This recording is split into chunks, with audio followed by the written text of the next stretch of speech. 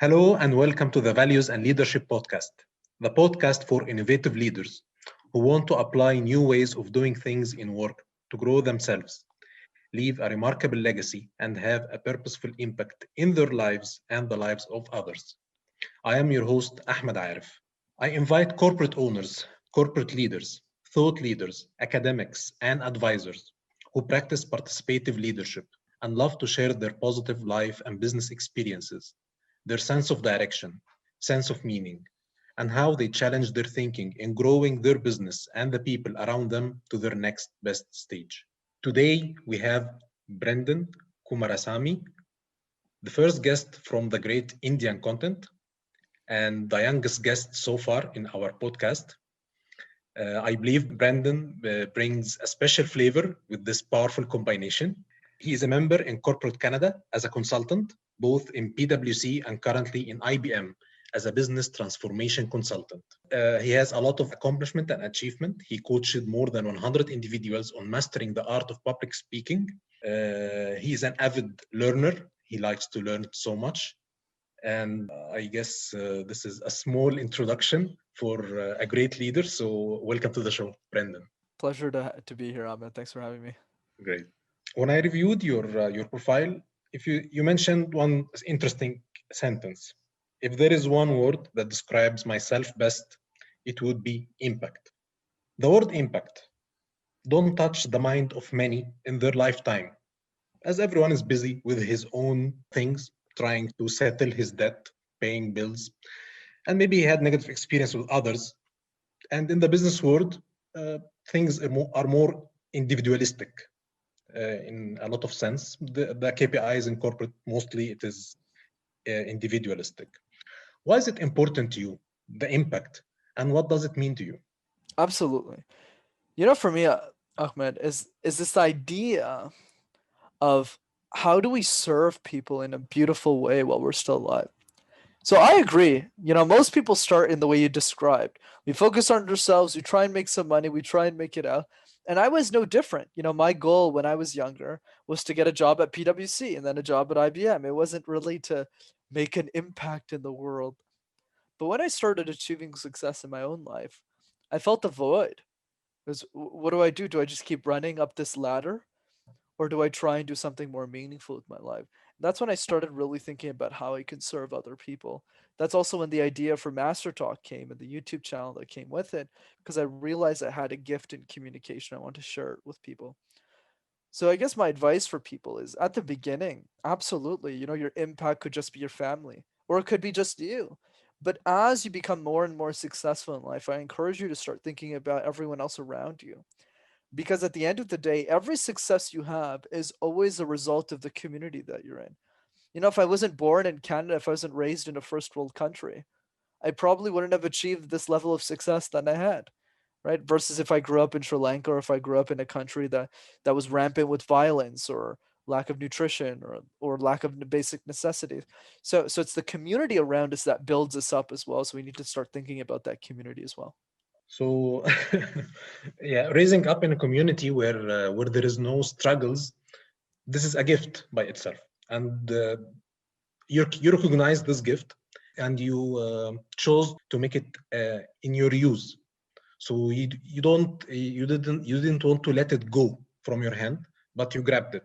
But some other people who are in a good communities or don't struggle much, but they are not even as well looking for impact. So it seems that there is something in your life, someone influential or has introduced this idea and make it's like an ingrained in yourself. So can you share more about it? Of course, I'm happy to. There's a ton of heroes in my life, including my mother being one of them. But I would say one that people can look up and research is a guy named Scott Harrison. Scott's the CEO of Charity Water, which is an organization he started to help the world master the art, master, get hold of water and sanitation, provide that necessity for everyone in the world. What's fascinating about his story is he's trying to solve a problem that will never impact any of his generations because he's American. He's based in New York City. Lack of water isn't an issue. Then any of it, his daughter, his daughter's daughter, his generations of families will never be affected by. So it's fascinating that he spent his whole life working on this solution that to help other people that he might not even get the chance to meet. So I think that's what's been inspiring to me and people like him. There's a quote by him that I've always appreciated from his book, and the quote is, "The goal is not to live forever, but rather to create something that will." And I thought that was really powerful because it really led me to say, wait a second, I'm not actually going to live here for a long time. So while I'm here in this world, while I'm here in this life, I might as well find something worth doing that is meaningful to the advancement of the human race. For me, that ended up being communication. This is very nice. This quote you mentioned, the goal is not to live forever, but it is to create something that will last forever. And you link that with communication. Can you please bridge these two concepts together? Of course, the advice I always give Ahmed is the gift is going to be different for other people, right? For some, it's like if you take Dominique Ancel, who's a famous baker in New York City, it's pastries, and for others it's cupcakes, and for me it's communication. For others it's business. Everyone's got their own thing. So what I encourage people to do, especially if you're someone who wants to make a difference in the world, is ask yourself this question: what does the world need you most to do right now, and why? The issue with the passion question is it's too general, it's too vague, and you could be passionate about anything. But if you start to ask yourself, what does the world need you most to do right now and why? You can start to focus on what gifts you actually have that can serve the most amount of people. And once you find that, then you can build something very meaningful. For me, the reason it ended up being communication was when I was in university, I did a lot of case competitions, which is essentially professional sports for nerds, where you're essentially presenting all day. And I was really good at them. I was really good at competitions and presenting in competitions.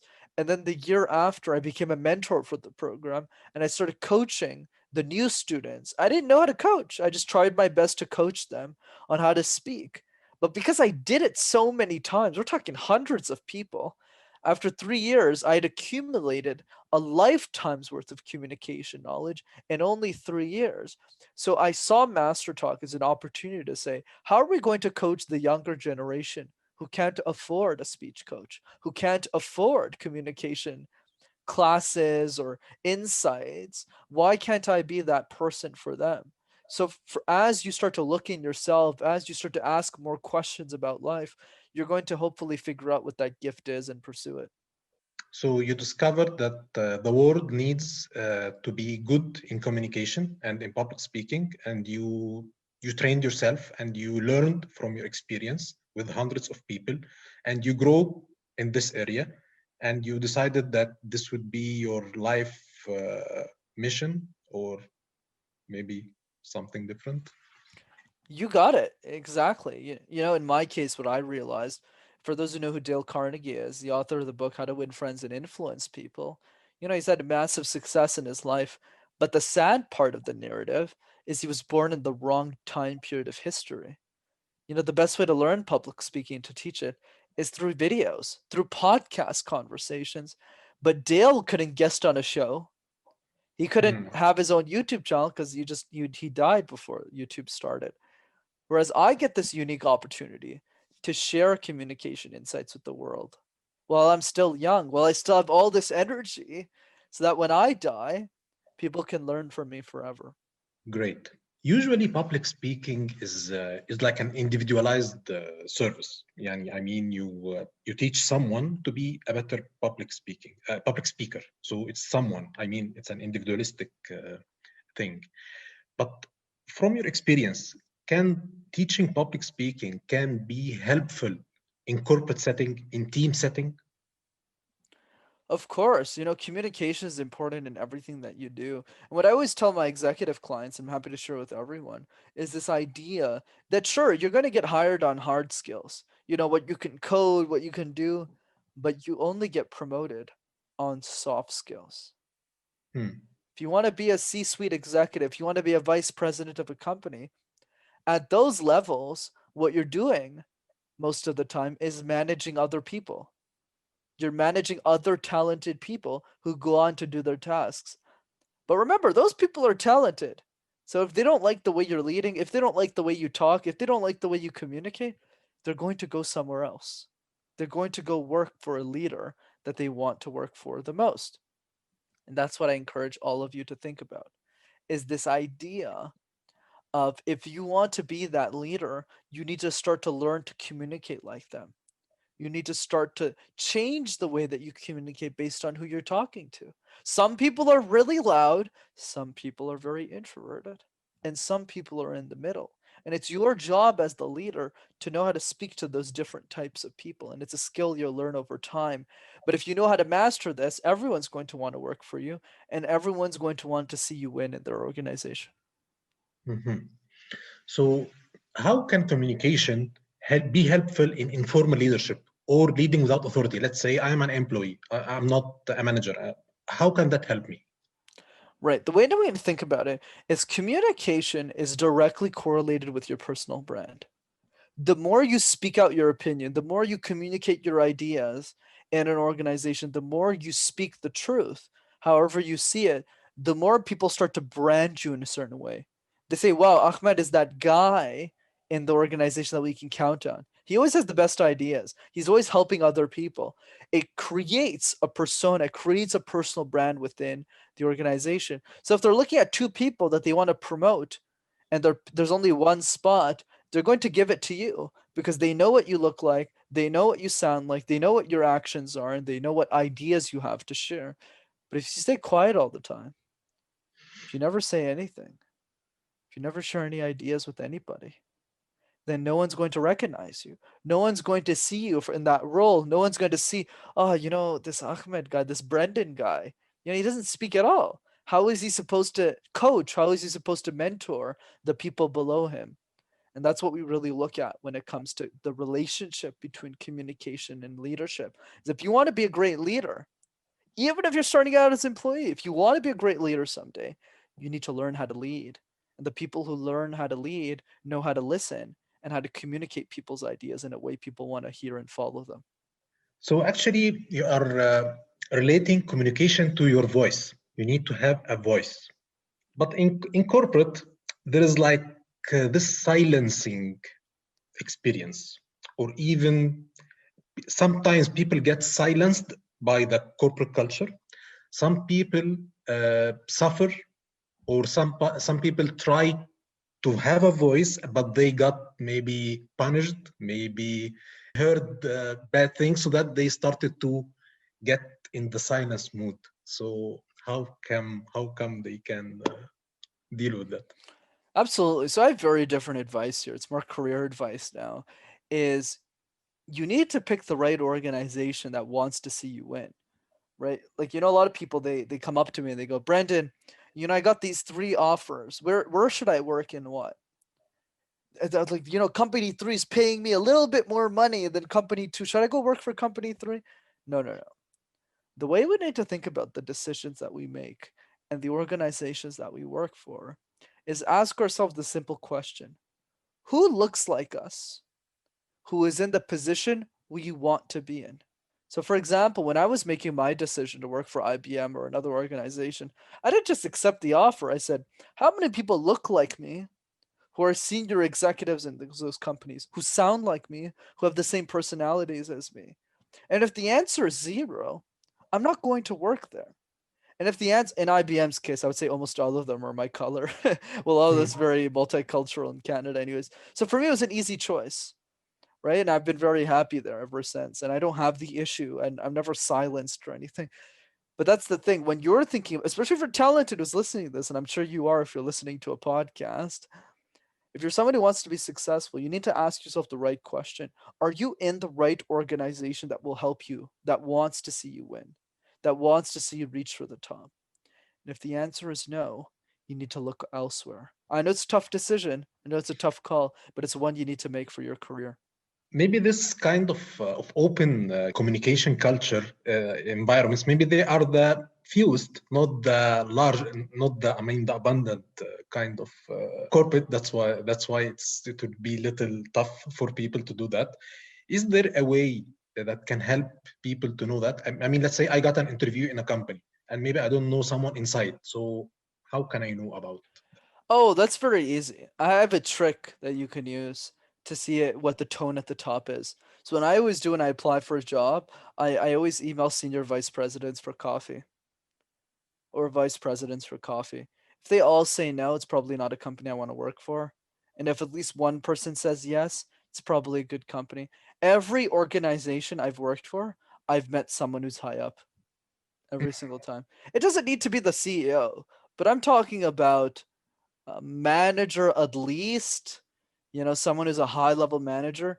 If their culture is as good as they say it is, they'll take time to meet you, especially since nobody emails those people that much. And that's also true when you get the job. Like one thing I always like to do, if people are too scared to do that, totally understandable. One thing you do is after you get the job, before you accept it, you say, "Can I meet somebody in the company? Can I meet a manager? Can I meet like 2, 3 managers in the company? I just want to know the culture." If they say no to that, don't work for that company. If they're Hmm. not willing to take 30 minutes out of the day just to talk to you, why would they do anything for you if you're in the company?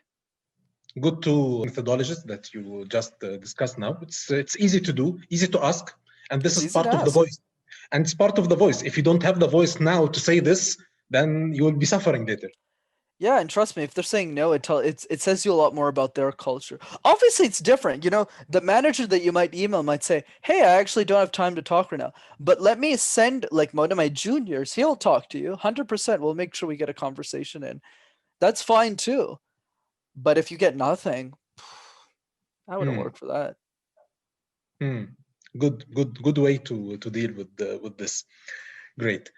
I recognize that you loved coaching now, and you started to be a coach to entrepreneurs. Correct? That's correct. Great. Great. From your experience, did you find طبعا coaching for entrepreneurs is a personalized service, so you are dealing with one entrepreneur at a time. But have you discovered or envisioned a recurring pattern that's like it's making like a limiting belief or like causing entrepreneur to procrastinate or something? Have you discovered something like that? Oh yeah, for sure. Like I would say the biggest recurring pattern that I see is lack of motivation sometimes. Not all the time, but sometimes.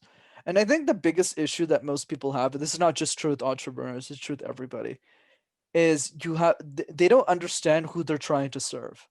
And if you don't know who you're trying to help, trust me, it gets boring really quickly.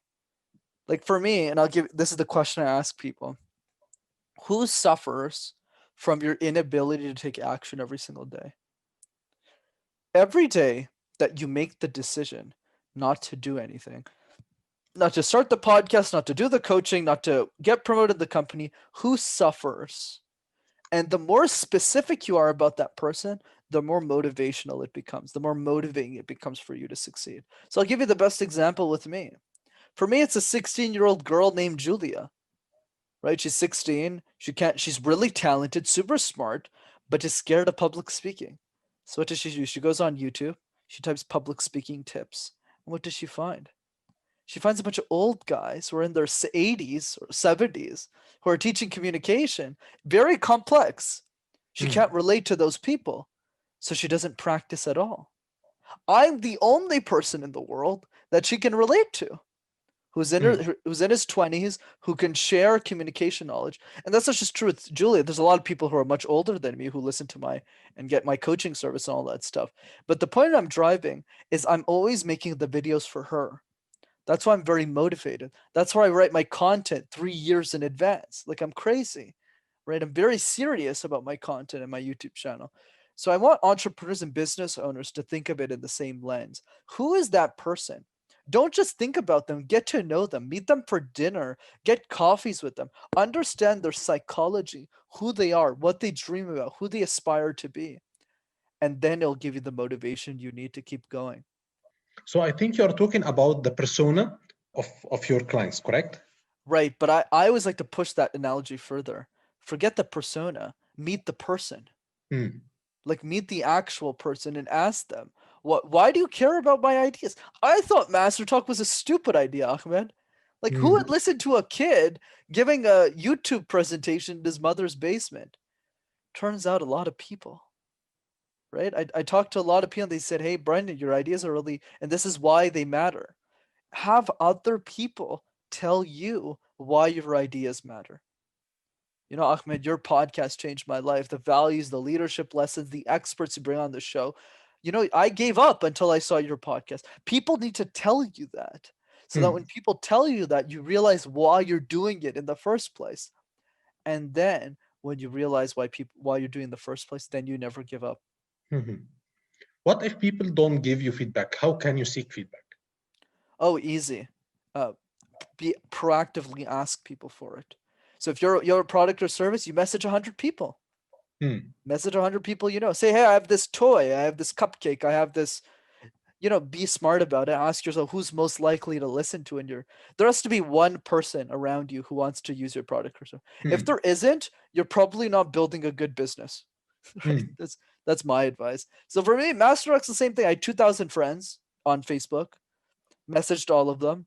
Maybe 100 people were watching my stuff every week. Maybe 50 people, but that's all I need. I need those 50 people. I just need one who says, I'll listen to everything. And then I can understand that person and meet more people like them. Great. What's in your calendar for the coming 1 month? What's the most important event in your calendar for the next 1 month? That's an interesting question. I would say probably a Christmas. spend some time with family. And I think that's a lesson I need to learn. I'm very ambitious for what I'm trying to do with Master Talk. So I do a lot of interviews, I do a lot of podcasts, I do a lot of content, and I don't take enough time to recharge. So that's probably the most important day of my calendar, which is in 2 days. Great. So you have to recharge from time to time to be more active and be more motivated as well to do more products. You got it. Great. Thank you very much, Brenden, for this precious minutes. Thank you for all the insights, for all the topics, for the communication, for the public speaking, for the corporate culture, for the coaching, for a lot of things in such few minutes. Thank you very much. Of course, Ahmed. Thanks for your time.